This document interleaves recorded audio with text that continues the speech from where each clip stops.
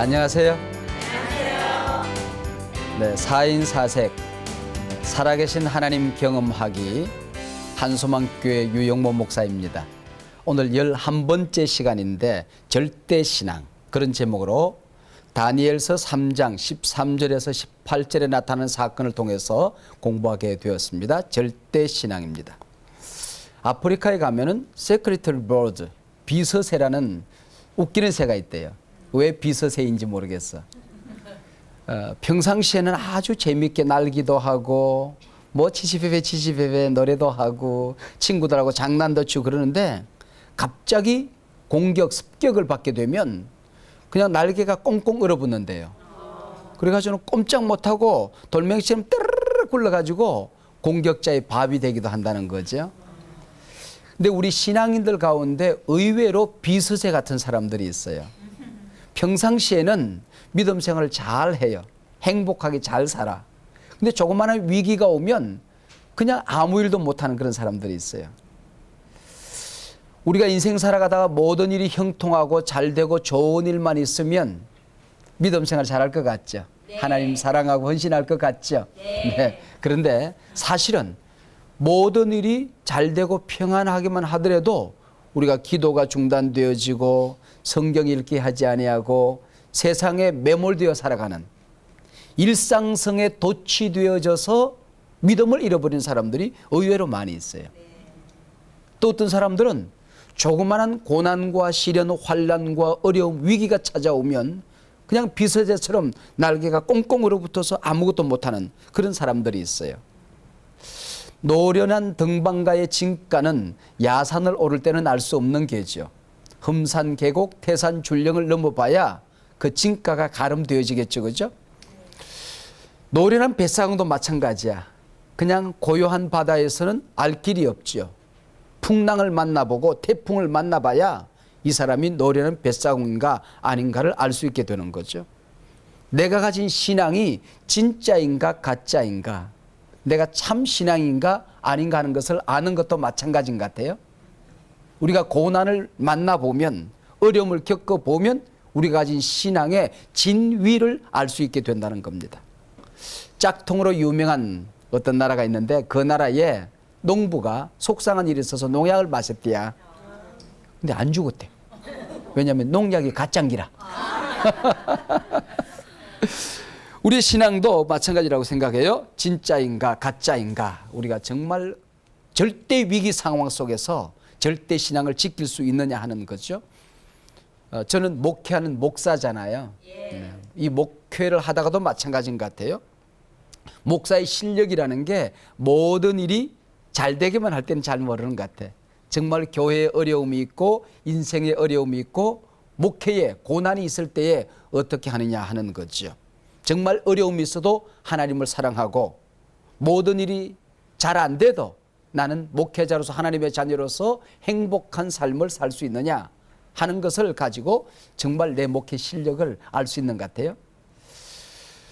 제가 동부 이촌동에 있는 충신교회라고 하는 곳에서 신학생 시절 제가 목회를 했고 거기 계신 박 목사님을 제가 섬기면서 목회를 배웠어요.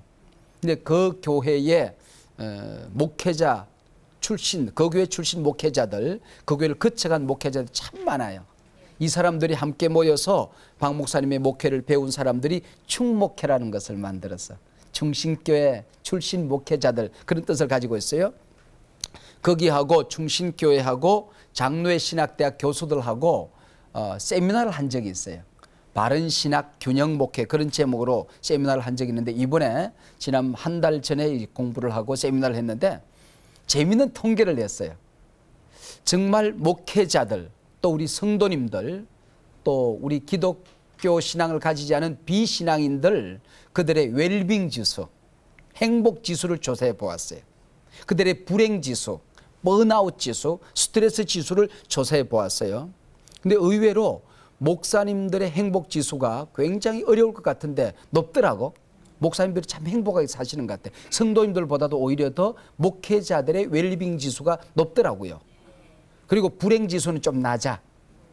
근데 우리 성도님들이 비신자들, 이 불신자들보다도 훨씬 웰빙 지수가 높아. 교회 다니는 사람들이. 불행 지수는 낮고. 그 외에 이제 조사하는 김에 조사해 보았더니 비신앙인들, 종교를 가지 않은 사람들한테 당신들이 앞으로 종교를 가진다면 어떤 종교를 가지겠습니까? 그랬더니 좀 학력이 낮은 사람일수록 다른 종교를 선택하더라고. 근데 고등학력을 가진 사람일수록 교회 가겠다, 기독교를 선택하겠다는 사람이 굉장히 많았어요. 무려 대학원 이상을 졸업한 사람들은 기독교를 선택하겠다는 사람이 53%가 넘더라고요. 그래서 한편은 우리 기독교가 고등 종교다 그런 생각을 하게 되었지만은, 아하, 우리 기독교가 가난한 자들의 종교인데, 소외된 사람들의 종교인데 가난한 사람들, 소외된 사람들을 찾아가는 일에 지금 실패하고 있구나, 새로운 과제를 발견하는 그런 계기도 되었어요. 근데 또 재밌는 통계를 우리가 보았는데, 목회자들이 목회하는 그 교인들이 몇 명인가, 여기에 따라서 웰빙 지수를 조사해 보았어요. 근데 개척교회 목사님들, 미자립교회 목사님들, 교회가 사이즈가 좀 작은 교회 목사님들이 굉장히 스트레스 지수가 높더라고요. 그리고 행복 지수가 좀 낮아요.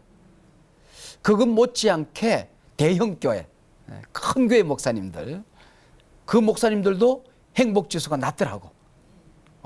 스트레스 지수는 높고, 아마 사회적으로 지고 살아야 될 짐이 굉장히 무거운 것 같아요. 그래서 어떤 사람들은 우리 3D 업종이라고 그러잖아요. 힘들고 좀 어려운 그런 일들에 봉사하는 사람을 3D라고 그러는데 요즘 4D라고 그래요. 그래서 대형교회 목사도 거기에 4D에 들어간대. 그만큼 무거운 짐을 지고 살아가는 게 아마 스트레스가 된 모양이에요. 근데 가장 행복한 목회를 하시는 분들이, 가장 건강한 정신적인 건강 지수를 가진 사람들이 300명에서 1000명 정도의 목회를 하는 그런 목사님들이더라고. 큰 교회는 좀 교회를 쪼개는 것도 괜찮은 모양이에요. 좀 작은 교회 목회자들은 좀 열심히 하고. 제가 그런데 신학교 다니면서 저한테 목회를 가르치는 목회학 교수님께서, 목사님이 개척교회를 해봐야 실력이 드러난대. 그리고 개척교회를 한번 일으켜 봐야, 세워봐야 목회자로서 진짜 재미를 안다고 개척을 해보라, 그렇게 얘기를 하더라고요. 물론 기성교회, 기존 교회에 들어가서 어려운 교회를 치유하고 교회를 부흥시키고 안정시키는 거, 이것도 굉장히 어려워요. 근데 개척교회 목사님들 제가 얘기를 들어보면 주변에 큰 교회들이 많아서 개척이 안 된다고 그렇게 얘기를 해요. 근데 큰 교회가 많아도 작은 교회도 필요하거든요. 또 이사 가는 사람이 너무 많아서 우리 도시는 목회가 안 된다, 그렇게 말하는 사람이 있어요. 아니, 이사 가는 사람이 있으면 이사 오는 사람이 있는 게지 뭐. 교인들이 마음을 안 줘서 교회 생기기 어렵다. 마음을 안 주면 내가 마음 주면 되지 뭐. 어떻게 보느냐에 따라 달라지거든요. 태국에 사람의 말을 알아듣는 코끼리가 있었대요. 근데 사람의 말을 알아듣다 보니까 너무 상처를 많이 받아가지고 코끼리가 정서가 망가진 거야. 행복지수가 망가진 거야. 그래, 정서가 없어졌어. 눈물을 흘리거나 앞발 뒷발 대고 춤추는 일이 없어진 거야. 그래서 국왕이 많은 상금을 내걸고 누구든지 이 코끼리의 눈에서 눈물을 흘리게 하는 사람은 큰 상금을 주겠다 그랬어요. 근데 뭐 어떤 짓을 하더라도 코끼리가 울지를 않는 거야. 한국에서 관광 갔던 개척교회 목사님이 그 코끼리한테 간증을 했대야. 개척교회 하면서 얼마나 어려운 일을 많이 당했는지, 힘든 일이 많았는지, 속상한 일이 많았는지 간증을 했더니 코끼리가 눈물을 줄줄 흘리대. 그래서 큰 상금을 탔대요. 근데 코끼리가 다리를 들고 이제 춤을 춰야 되는데 다리를 꼼짝 안 하고 서 있기만 하는 거야. 근데 이번에는 국왕이 코끼리 다리를 한 다리를 들게 하기만 하면 더 큰 상금을 주겠다. 근데 뭐 누가 와도 안 되고, 어떤 사람은 힘센 사람 지가 한번 들어보겠다고 앞에 와서 아무리 하더라도 코끼리가 다리를 들지 않는 거야. 그래서 그 개척교회 목사님 계시잖아요. 그분이 비행기를 타고 한국에 오려가다 다시 갔대. 가가지고 귀에다 대고 뭘 서건서건 얘기를 했더니 코끼리가 그냥 다리를 들고 춤을 춘 거야. 그 상금을 받아들었는데 코끼리한테 뭐라고 얘기했냐? 그랬더니 코끼리 귀에다 대고 그렇게 얘기했대. 너 한국 가서 나랑 개척교회 할래? 그랬더니 그래서 코끼리가 앞발 뒷발 다 돌버린 거야. 그만큼 개척교회를 한다는 게 어렵다, 그런 얘기인 것 같아요. 그죠? 그럼에도 불구하고 우리가 행복해야 되거든요. 여러분도 마찬가지예요. 신앙생활 하다 보면, 교회 생활 하다 보면 모든 일이 천국 같기만 할 것 같은데 교회 안에도 상처가 있어요. 구원은 은혜로 받았는데 교회 생활은 속상한 일들이 많아요. 그때에 우리가 교회 생활에 행복해야 돼요. 가정에 살면서 가정에서도 우리가 행복해야 돼요. 어려운 일이 있어도 행복해야 되고, 그래야만이 우리가 진짜 신앙인 것을 보여주게 되는 거죠. 지금은 그 어느 때보다도 우리가 참 행복하기가 오히려 어려운 것 같아요. 신앙생활을 행복하게 하기가 여간 어려운 게 아니에요. 신앙생활이라고 하는 게 우리 마약 맞는 거하고는 다르잖아. 이건 영적인 전쟁이거든요. 거기는 어려움이 있고 또 마귀와의 싸움에서 이겨야 되고 신앙의 위기와 도전을 우리가 극복해 나가는 그런 지혜가 우리에게 필요하거든요. 오늘 이 본문은 우리에게 질문을 하나 던지고 있어요. 네가 어떤 도전이 와도, 너희 삶 속에 어떤 위기와 시련과 환난과 고통이 있어도 너는 내 신앙을 오염시키지 아니하고 퇴색시키지 아니하고 절대 신앙을 지킬 수 있겠느냐. 너는 어떤 유혹이 오더라도 그대의 신앙에 오점을 남기지 아니하고 너는 가야 할 길을 가고 가지 말아야 할 길을 가지 않는 신앙의 정도를 갈 수 있겠느냐. 너는 절대 신앙을 유지할 수 있겠느냐 하는 질문을 우리에게 던지고 있어요. 오늘 본문은 유대나라 여호야김 왕 때에 바벨론의 느부갓네살이 쳐들어와서 유대나라를 멸망시키고 똑똑한 젊은이들을 다 포로로 끌고 갔어요. 그리고 동화 정책을 썼어요.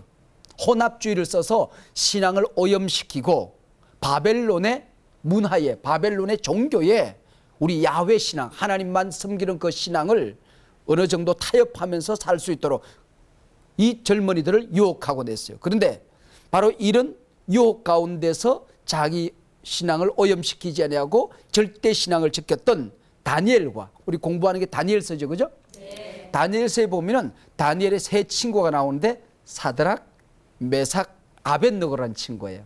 이 사드락, 메삭, 아벳느고에게 다니엘은 집중을 하고 있어요. 문제는 기회라는 거죠. 그래서 무서운 문제를 그에게 딱 던져요. 이 문제 가운데서 내 신앙의 절대성을 지킬 수 있느냐는 거죠. 사울 임금은 골리앗이라는 큰 거인 앞에서 상대가 너무 크기 때문에 나는 이길 수 없다고 생각했어요. 근데 다윗은 상대가 너무 크기 때문에 돌팔매로 적당히 던져도 맞춰주겠다고 생각했어. 다윗은 토끼 잡을 때는 찢겨내서 맞히기 힘들더니, 아니 골리앗은 덩치가 너무 크기 때문에 적당히 던져도 아무데나 맞아주겠다. 문제가 크기 때문에 얻는 유익도 없겠구나라고 생각했어요. 다윗이 아버지의 심부름으로 떡을 싸질머지고 형님들을 위문 갔잖아요. 가서 보니까 골리앗이 탁 서서, 내 이놈들아, 너희들 가운데 장수가 없느냐? 누구든지 나와서 나와 싸워 이기면 내가 너희들의 종이 되마. 그러나 만약에 나와 싸워서 너희들이 지면 너희들이 내 종이 돼야 된다. 누구든지 나오거라 소리를 지르는데 아무도 못 나가는 거야. 그때 다윗이 사울 임금에 가가지고는 제가 한번 나가보겠습니다. 여호와 하나님이 나를 곰과 사자의 발톱에서 건져내실선적 저 블레셋 사람의 손에서도 건져내실 것입니다. 그리고 나가본 거야. 골리앗이 이제 한번 몸 좀 푸나보다 하고 쳐다봤더니 조그마한 어린아이 하나가 소년이 나오고 있거든요. 하도 기가 차서, 야 이놈아, 네가 몽둥이 들고 나를 독리 개인 줄 알고 강아지 쫓아 나왔냐? 그래서 너는 칼과 창과 단창으로 내게 나오지만은 나는 네가 저주하는 만군의 여호와의 이름으로 너에게 나간다. 전쟁은 여호와께 속한 것이다. 그리고 이겼는데 이 다윗이 가지고 난 돌팔매로 골리앗을 쓰러뜨릴 수 없다는 전후 상황이 나와요. 잘 보세요. 골리앗이 덩치도 컸지만은 어마어마한 투구를 쓰고 있었어요. 눈만 빼꼼히 내놓고. 그리고 철 갑옷을, 비늘 갑옷을 입고 있었어요. 그리고 방패가 너무 커서 혼자 못 드니까 앞에 부관이 이 장군의 앞에서 방패를 들고 딱 맞고 서 있어. 근데 어떻게 돌팔매를 가지고, 돌멩이 가지고 이마에 맞출 수가 있어요. 이마에 투구가 있는데, 철 갑옷이 있는데, 거대한 방패로 탁 맞고 서 있는데 이길 수가 없잖아요. 나도 참 성경 읽을 때마다 그게 궁금하더라고. 어떻게 저게 돌팔매를 가지고 골리앗을 물리쳤지. 근데 유대 사람들, 유대 랍비들이 설명을 그렇게 해놨어요. 다윗이 나가니까 방패를 들고 이제 앞에 부관이 서 있고 투구를 쏘고 비늘 갑옷을 입고 있는데 이놈 자식아 네가 나를 독리 강아지 새끼로 알았냐? 내가 너를 번쩍 집어던져 공중으로 휙 던져서 독수리 밥이 되게 하겠다. 그때에 골리앗이 하도 기가 차니까 너를 공중으로 집어던져 그랬더니 공중으로 한 사이에 투가 탁 벗겨져 던졌다는 거야. 그랬더니 앞에 방패 들고 있던 부관이 아이고 하고 방패 잠깐 놓고 투구 주우러 간 사이에 골리앗이 물맷대를 뱅뱅뱅뱅 돌려가지고는 휙 던졌더니 이게 셩셩 날아가지고 이마에 딱 박혔다는 거야. 돌이요 이마에 박혀서 머리가 깨질 수는 있지만 가서 그 어마어마한 두개골에 가서 돌이 박혔어요. 성령이 박아버린 거거든요. 박아버린 거야. 똑같은 골리앗인데 너무 크기 때문에 내가 무찌를 수 없다고 생각하는 사람도 있고 똑같은 골리앗인데 너무 크기 때문에 내가 맞힐 수 있겠다 생각하는 다윗이 있는 거예요. 왜? 하나님의 눈으로 보면, 하나님이 나와 함께 하시면. 다니엘과 그의 세 친구 사드락과 메삭과 아벳노고 앞에 임금이 평지에다가 두라 평지에다가 큰 신상을 금신상을 세웠어요.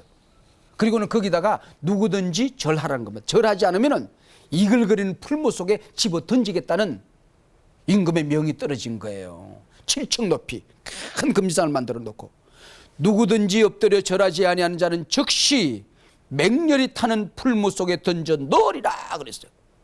이 사드락과 메삭과 아벳노고는 하나님을 믿는 사람으로 야훼 하나님 외에는 그 누구에게도 절하지 않는 절대 신앙이 있잖아. 이때에 그 금신상에게 절하고 출세 가도를 달릴 것인가, 아니면은 절하는 것을 거부하고 목숨을 내어 놓아야 될 것인가, 하나님의 보좌의 권위를 인정할 것인가, 전 세계를 정복하고 있던 바벨론 국왕의 권위를 인정할 것인가. 이때에 하나님 앞에 절하지 아니하고 풀무볼 속에 던져지는 이야기가 오늘 본문의 이야기야. 자기들이 가졌던 하나님께만 경배하고 예배하는 절대 신앙을 타협하지 않았던 어마어마한 시련과 도전 앞에서 승리하는 얘기잖아요. 우리가 인생 신앙생활 하다가 큰 시련이 찾아왔으면 시련이 크면 클수록 하나님이 나를 큰 인물로 인정해 주셨다고 기뻐해야 돼요. 큰 축복을 하나님이 내게 준비하고 기다리고 있겠구나. 큰 제목은 큰 연장으로 다듬는 법이지요. 나무의 열매가 많을수록 돌을 던지고 장대를 휘두르는 것이 많아지지요. 내가 고난이 많고 장대가 많이 휘두르지고 나한테 고난의 시련의 돌멩이가 날아오면 내 속에 하나님께서 열매를 기대하신다. 그렇게 생각하면 틀림이 없어요. 우연히 TV를 보다가 조용기 목사님이 간증하는 걸 들었는데 그분이 여의도에 있는 그 예배당을 건축하다가 너무 힘들어서 죽었으면 좋겠더래. 근데 한강에서 뛰어내리면 예수 믿는 사람이 목사가 또 자살하는 게 안 되잖아. 그래서 건축하는 공사장 현장 며칠 왔다 갔다 할때 왜 무너지면 이제 숨겨니까. 그렇게 큰 일을 하시는 분도 그런 도전과 시련이 있었다는 거예요. 이 세 청년의 선택의 기로는 현대를 살아가는 오늘 우리에게 시시때때로 부딪히는 문제일 수 있다는 거죠. 이때에 어리석은 사람들은 하나님의 보좌도 얻고 바벨론의 자리도 얻으려고 한단 말이죠. 라블레라는 신앙인이 그런 얘기를 했어요. 이런 자들에게 충고를 했어요. 너희들은 여기 의자가 있잖아. 두 의자 사이에 앉으려고 하다가 어떻게 엉덩방아 찢는다 그랬어요. 그렇죠? 여러분이 이 의자 가운데 양쪽이 둘 다 걸쳐 앉으려고 그러면은 엉덩방아 찢잖아. 세상도 얻고 신앙도 지키고 그러다가 엉덩방아를 찐다는 것입니다. 다 잃어버리게 된다는 것이죠. 오늘 우리의 신앙을 오염시키는 퇴색시키는 것들이 있는데 바로 돈이야, 돈. 현대인들이 돈에게 절해서 우리가 신앙을 버리고 돈을 얻으려고 하는 일들. 권력 앞에 그 권력을 얻기 위해서 우리 신앙을 타락시키는, 또 죽음의 위협 앞에서 우리 한국에서는 지금 뭐 예수 믿는다고 죽이는 사람 없겠지만은 세계 도처에서 복음을 전하다가 지금도 목숨을 잃는 사람들이 수도 없거든요. 여기서 우리가 정말 우리의 신앙을 절대적으로 지킬 수 있느냐 하는 문제지요. 이 두라 평지의 7층 높이로 높이 솟아있는 이 금신상은 황금신상이에요. 그게 절하라는 얘기는 우리가 이 세상 살아가다가 돈 앞에 절해야만이, 신앙을 타협해야만이, 내가 지금 믿음을 버려야만이, 예배를 타협하고 내가 지금 믿음을 타협해야만이 얻을 수 있는 일들이 참 많이 있단 말이에요. 그때 너는 믿음을 타협하지 아니하고 오염시키지 아니하고 퇴색시키지 아니하고 네가 가는 정도 신앙의 길을 가겠느냐 하는 거죠. 권력 앞에서 진정한 권력은 하나님께만 있다. 진정한 왕좌는 하나님께만 있다. 내가 그 권력을 얻기 위해서 내가 신앙을 타협시키지는 않겠다. 이 결단이 있겠냐 그 얘기죠. 죽음 앞에서 절대 신앙의 길을 선택할 수 있겠냐는 거예요. 살기 위해서, 생명을 부지하기 위해서 정말 신앙을 오염시키는 어리석은 짓을 하지 않을 수 있겠느냐 하고 묻는 겁니다. 내가 사망의 음침한 골짜기를 다닐지라도 나는 해 받음을 두려워하지 않습니다. 주께서 나와 함께 계시기 때문입니다. 사망아 너의 이기는 것이 어디 있느냐, 사망아 너의 쏘는 것이 어디 있느냐. 우리 주 예수 그리스도로 말미암아 우리에게 이김을 주시는 하나님께 감사하노라. 사드락과 메삭과 아벳노가 가졌던 신앙이 도대체 어떤 신앙이길래 이토록 우리를 부끄럽게 만들고 오늘 우리에게 도전을 주는가. 한마디로 얘기하면 절대 신앙이에요. 타협하지 않는 절대 신앙. 다니엘의 세 친구는 황금 신상 앞에 절하지 아니하고 혼자 꼿꼿하게 세계를 움켜쥐고 있던 이 황제 앞에서 포로병으로 끌려온 젖비리 나는 이 젊은이들이 어떻게 이 당당한 신앙을 가질 수 있는가. 임금이 그들에게 직접 물었어요.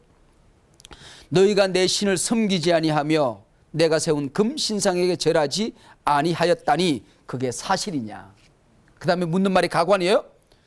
능히 너희를 내 손에서 건져낼 신이 누구이겠느냐.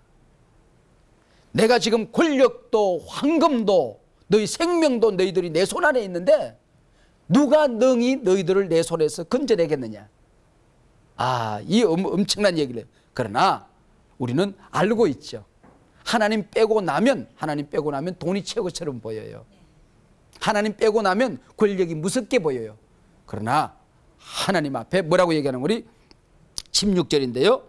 느부갓네살이여 우리가 이 일에 대하여 왕에게 대답할 필요가 없나이다.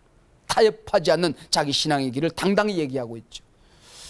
요즘은 이게 남자인지 여자인지 이게 신앙의 길인지 아닌지 헷갈리는 일들이 참 많이 있는데 그럼에도 불구하고 우리가 믿음의 눈을 열고 분별력을 가지면 경계선이 분명한 걸 우리가 알 수 있어요.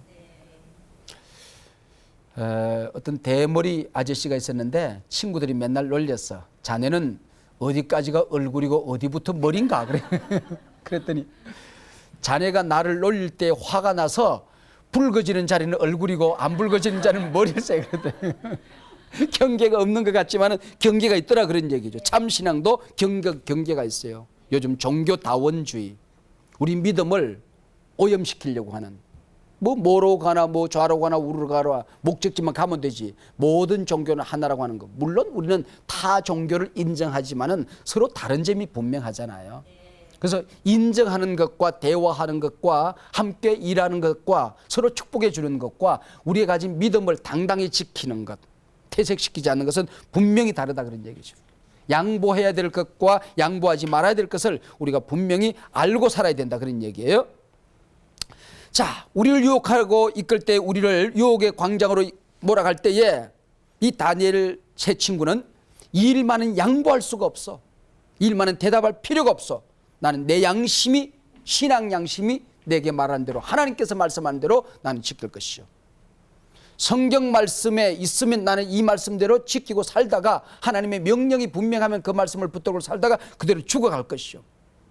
여러분 잘 들어보세요. 예수 잘 믿었더니 그냥 진급이 막 쑥쑥 됐다. 왜? 타협하고 그러다 보니까 거짓말하고 사기치고.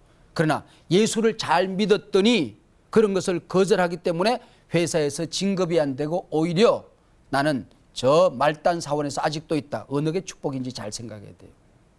예수 잘 믿었더니 그냥 부정에다가 도장 한번 찍고 부패한 짓거리를 했더니 아파트 한 채가 저절로 뚝뚝 굴러 떨어지더라. 그건 축복이고 나는 예수를 잘 믿었기 때문에 굴러 들어온 아파트를 나는 거절할 수밖에 없었다. 이것은 저주더냐 그 얘기죠. 의롭게 살기를 원하는 사람은 때로는 가난하게 살기를 두려워하지 말아야 되고, 믿음대로 살기를 원하다가 굴러들어오는 돈보따리를 거절할 수 있는, 불의를 거절할 수 있는, 시대를 거슬러 살 수 있는 용기가 우리에게 필요하다는 것이죠. 그게 절대신앙이에요. 새 청년의 신앙은 구원하신 하나님의 능력에 대한 절대신앙이었어요. 하나님의 능력만이 절대적으로 우리에게 유익하다, 이걸 믿었어요. 그 다음 이어지는 17절인데요. 만일 그럴 것이면 왕이여, 우리가 섬기는 우리 하나님이 우리를 극렬히 타는 풀무 가운데서 능히 건져내시겠고 왕의 손에서도 건져내시리다. 이 구원의 확신에 대한 무서운 확신, 풀무볼 속에도 건져내시겠고 왕의 손에서도 건져내실 것입니다. 왜? 우리 하나님이 살아계시면, 우리 하나님이 살아계시면 능히 건져내실 것, 능히 건져. 여러분, 인생 살아가다가 어떤 어려움이 있더라도 우리가 하나님 편에 서면, 하나님이 나와 함께 하시면 능히 건져내시겠고, 크고 작은 일에 하나님 우리를 능히 살리시는 이 믿음이 우리 인생, 우리 신앙을 절대적으로 몰아가는 거예요. 제가 왕십리 쪽에 있는 어떤 교회에서 집회를 할 때 있었던 일이에요. 근데 저 서울역 가까이 가면 무슨 기가 막힌 무슨 뭐 음식점이 있다고 그래서 그까지 가서 밥을 먹고 돌아오는데, 위에서 남산 터널에서 이렇게 길이 내려오고 그 신세계 그 백화점 옆에 이렇게 사거리가 있잖아요. 근데 이분은 자동차가 좋은 자동차를 타고 다니시는데, 그 정지선에 서 있다가 앞에 파란불이 켜지면은 붕붕붕 그러다가 휙 달려가는 그 재미가 굉장히 큰 재미인가 봐. 근데 목사님이 얼마나 그 과속을 하는지 몰라요. 근데 목사님이 운전하고 나는 그 옆자리 조수석에 이렇게 앉아서 밥을 먹고 가는데, 그 남산에서 내려오는 그 길, 신세계 백화점 그 사거리에 딱 서 있게 된 거야. 근데 이 양반이 그것도 하필이면 제 1번으로 선 거야, 이제. 근데 파란불도 안 켜졌는데 출발하려고 붕붕붕붕 그러더라고요. 파란불 켜지면 쉥 달려갈 모양이야. 그런데 파란불이 켜지기 직전에 새 한 마리가 샥 날아가다가 우리 차 앞에 똥을 뺑 쌌어요. 똥을 쌌어. 그럼 자식은 팬티도 안 입고 다니는가 봐. 바로 똥을 싸더라고. 어떤 사람이 그러대. 똥을 싸니까, 야 인마 너는 팬티도 안 입고 다녀. 그랬더니 새가 날아가면 그러더래. 야 인마 너는 볼일 보면서 팬티 입고 하냐 그러더니. 근데 이 목사님이 한 번 이제 이게 물로 씻어내야 되잖아. 그래서 파란불이 켜지는 순간에 물로 한 번 씻어내고 쉥 달렸어요. 그런데 그래도 1등이야. 착 갔는데 그 남산 터널에서 쏟아져 내려오던 차 한 대가 앞에 빨간불이 켜졌는데 설 수가 없는 상황이에요. 너무 달려오다 보니까. 쉥 하고 지나가는데 우리 차에서 뭐 한 30cm, 50cm 그 닿을 똥말똥하고 짱 지나가는 거예요. 호텔에 들어와서 가만히 생각하니까 0.0 몇 초만 우리가 먼저 출발했으면 누굴 박았겠어? 그 양반 목사님을 받는 게 나를 받을 수밖에 없잖아. 그리고 우리가 곧 출발했는데 그 차가 조금만 0.1초만 늦게 달려오더니 나한테 정토를 받는 거야. 그래서 나는 그때 날도 딱 침대에, 그리고 그때 생각하니까 계산해 보다가 오금이 저려지는 거. 소름이 쫙 끼치더라고.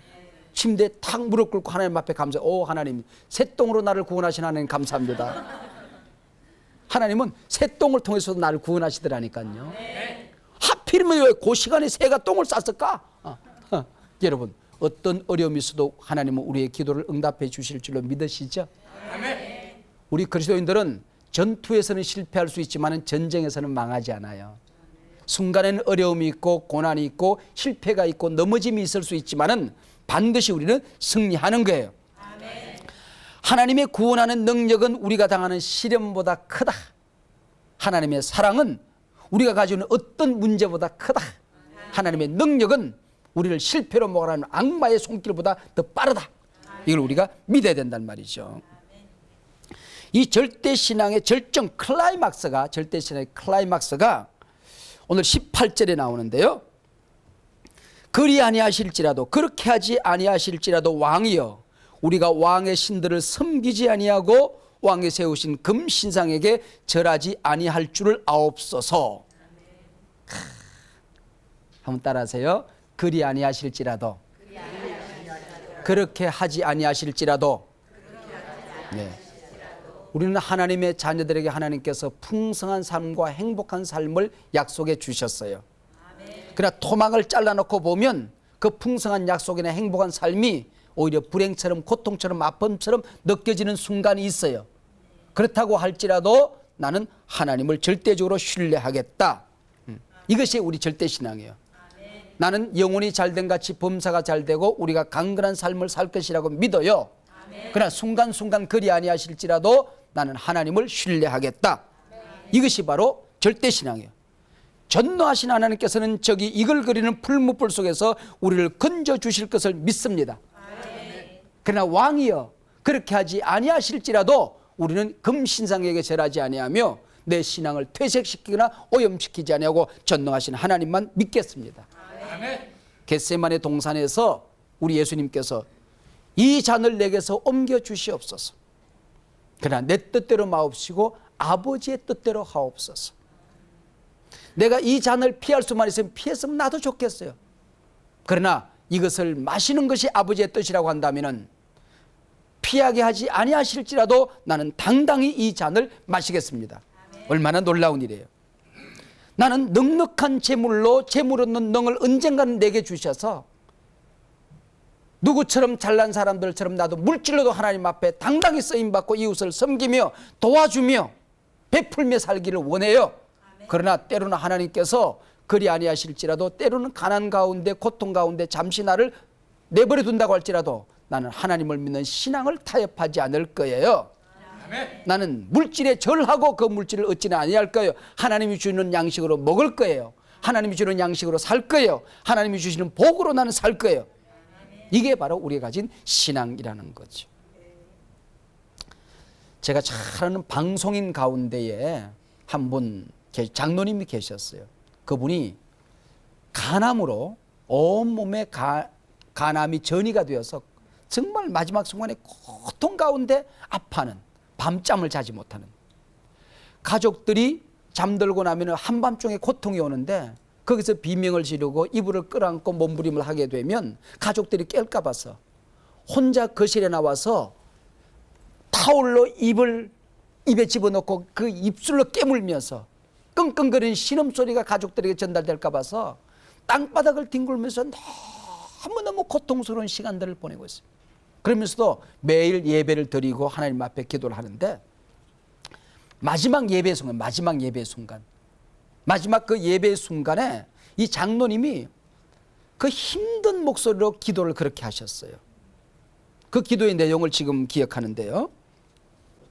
하나님, 제가 영원히 주님과 함께 살 터인데 죽음을 두려워하리이까. 하오나 이 고통이 너무나 극심하여 하나님의 자녀로서 입술로 범죄할까 두렵습니다. 못나도 장로인데 하나님의 영광을 가리울까 두렵습니다. 지난 몇 개월 동안 잠을 제대로 자지 못했습니다.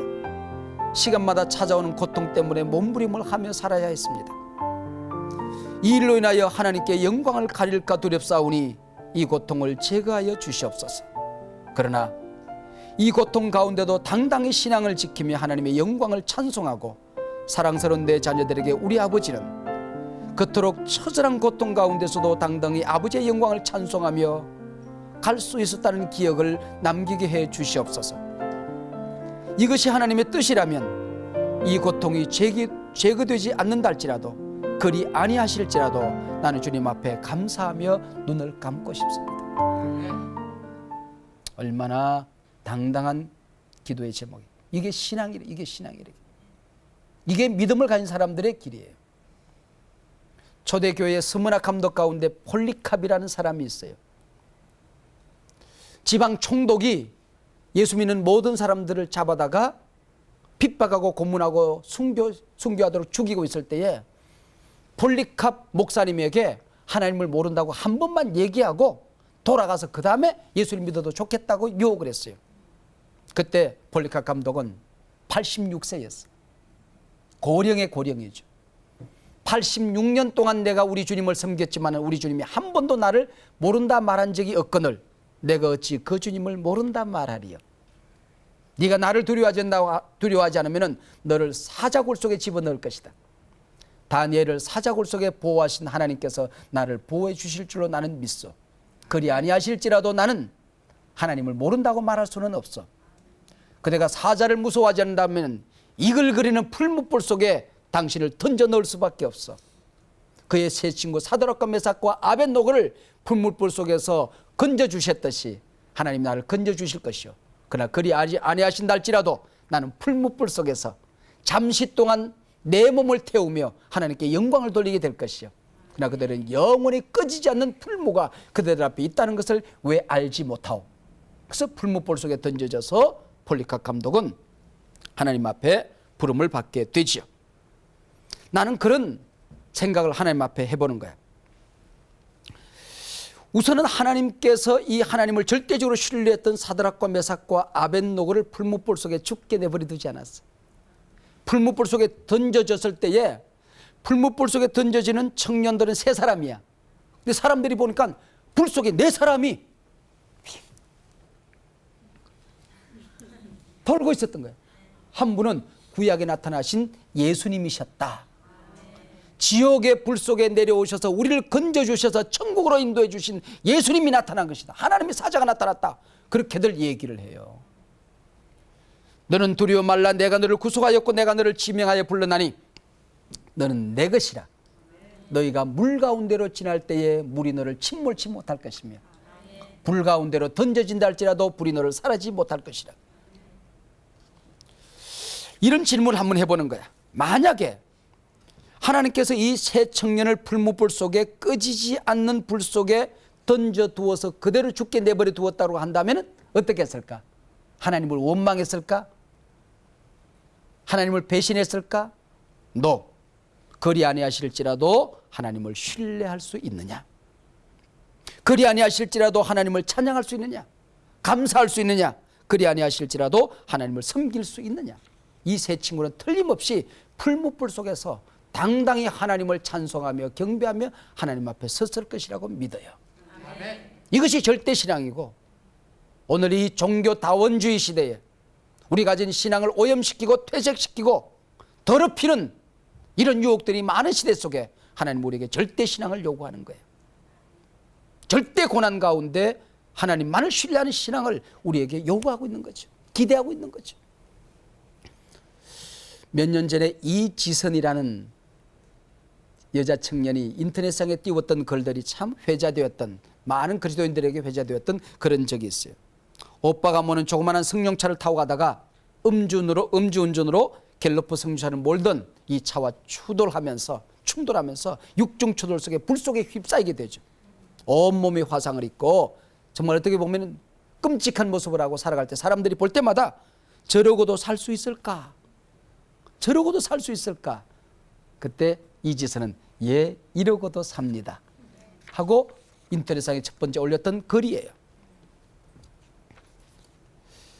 짧아진 8개의 손가락으로 사람에게 손톱이 얼마나 중요한 것인지 알게 되었고 1인 10역을 해내는 온전히 남은 엄지손가락으로 생활하며 글을 쓰며 엄지손가락을 남겨주신 하나님께 감사했고 눈썹이 없어 무엇이든 여과 없이 눈으로 들어가는 것을 경험하며 사람에게 이 작은 눈썹마저 얼마나 필요한 것인지 알게 되었습니다.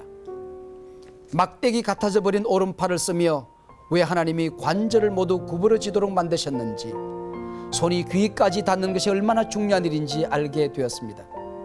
온전지 못한 오른쪽 귓바퀴 덕분에 귓바퀴란 것이 귀에 물이 들어가지 않도록 하나님이 얼마나 정교하게 만들어 주신 것인지 알게 되었습니다. 잠시였지만 다리에서 피부를 많이 떼내어 절뚝절뚝 걸으면서 다리가 불편한 이들이 걷는다는 것 자체가 얼마나 힘든 것인지 느끼게 되었습니다. 무엇보다 건강한 피부가 얼마나 많은 기능을 하였는지 껍데기일 뿐 별것 아니라고 생각했던 피부가 우리에게 얼마나 소중한 것인지 알게 되었습니다. 그나마 남겨주신 피부들이 건강하게 움직이는 것에 감사하며 하나님이 우리의 몸을 얼마나 정교하고 놀랍게 만드신 것인지 몸으로 체험했습니다. 그리고 감히 내 작은 고통 중에 예수님의 십자가의 고통을 100만 분의 1만큼 공감할 수 있었고 너무나 비천한 사람으로 때로는 죄인으로 초라한 사람으로 대해지는 그 기분 또한 공감할 수 있었습니다. 이제는 지난 고통마저 소중하게 느껴집니다. 이 고통이 아니었다면 지금처럼 남들의 아픔에 진심으로 공감할 가슴이 없었을 테니까요. 저러고도 살 수 있을까? 네, 이러고도 삽니다. 몸은 이렇지만 누구보다 건강한 마음임을 자부하며 이 몸이라 전혀 부끄러운 마음을 가지지 않게 해주신 하나님을 찬양하며 이런 몸이라도 사랑해 주시고 써주신 하나님의 계획에 감사드립니다. 네, 저는 이러고도 삽니다. 누구보다 행복하게 살고 있습니다. 나는 건강한 몸을 원했습니다. 그러나 그리 아니하실지라도 나는 하나님을 찬양하며 그분께 감사하며 행복하게 살 수 있습니다. 다니엘의 세 친구 사드락과 메삭과 아벳노고 이글거리는 풀무불 속에 던져졌을 때에 우리 하나님께서 그들을 버려두지 아니하고 절대 신앙 가지고 하나님을 절대적으로 의지했던 그들을 절대로 외면하지 아니하신 전능하신 하나님을 우리가 믿지요. 우리가 하나님을 절대적으로 신뢰할 때 하나님 반드시 우리를 보상해 주실 것을 믿어요. 그러나 이 땅에 살아가는 동안에 순간순간은 그것이 내 눈에 보이지 않을 수도 있어요. 세상 사람들이 예수 믿더니 실패자라고 비아냥거릴 수가 있어요. 내 삶을 보며 다른 사람이 속상하기 전에 내가 먼저 속상할 수 있어요. 그러나 이 순간에 바로 이때에 그래도 나는 하나님 말을 신뢰할 거야. 하나님의 사랑을 도무지 느낄 수 없는 상황이지만 하나님의 사랑을 나는 의심하지 않을 거야. 하나님의 능력을 도무지 체험할 수 없는 세상 모든 사람이 아무도 나를 도와줄 수 없는 인생의 막다른 절벽에 서 있는 것처럼 막다른 골목에 서 있는 것처럼 착잡하기만 하고 속상할 때요. 그때도 나는 하나님은 살아계심을 나는 믿을 거예요. 하나님의 전능하심을 믿을 거예요. 이것을 결심하고 그 절대신앙을 보일 때에 하나님은 여러분의 신앙을 부끄럽게 만들지 않을 거예요. 이 땅에서 그리 아니하신다 할지라도 하나님 앞에 섰을 때에 당당히 우리 신앙을 하나님 앞에서 면류관으로 부끄럽지 않는 면류관으로 우리에게 씌워주실 거예요. 절대신앙 사드락과 메삭과 아벳노고의 신앙이 오늘 우리 가운데 한국교회 안에 넘치기를 기대해 봅니다. 네, 좋은 시간 되었습니다. 감사합니다. 내가 가진 신앙이 진짜인가 가짜인가, 내가 참 신앙인가 아닌가 하는 것을 아는 것도 마찬가지인 것 같아요.